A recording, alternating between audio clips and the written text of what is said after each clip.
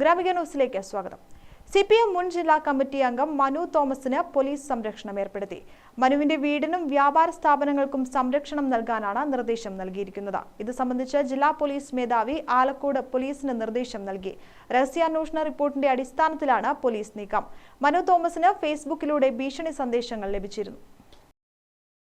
P ജയരാജനും മകനുമെതിരെ Manu Thomas ഫേസ്ബുക്കിലൂടെ വിമർശനങ്ങൾ തൊടുത്തിരുന്നു. P ജയരാജന്റെ ഫേസ്ബുക്ക് പോസ്റ്റ് കൊട്ടേഷൻ സംഘങ്ങൾക്ക് വേണ്ടിയാണെന്ന വിമർശനവും ഉയർത്തി. പി ജയരാജന്റെ മകൻ സ്വർണം പൊട്ടിക്കലിന്റെ കോർഡിനേറ്ററാണ്. ഇയാളാണ് റെഡ് ആർമിക്ക് പിന്നിലെന്നും മനു തോമസ് ആരോപിച്ചു. മനു തോമസിനെ രൂക്ഷമായി വിമർശിച്ച് ആകാശ് തില്ലങ്കേരിയും ഫേസ്ബുക്ക് പോസ്റ്റ് ഇട്ടിരുന്നു.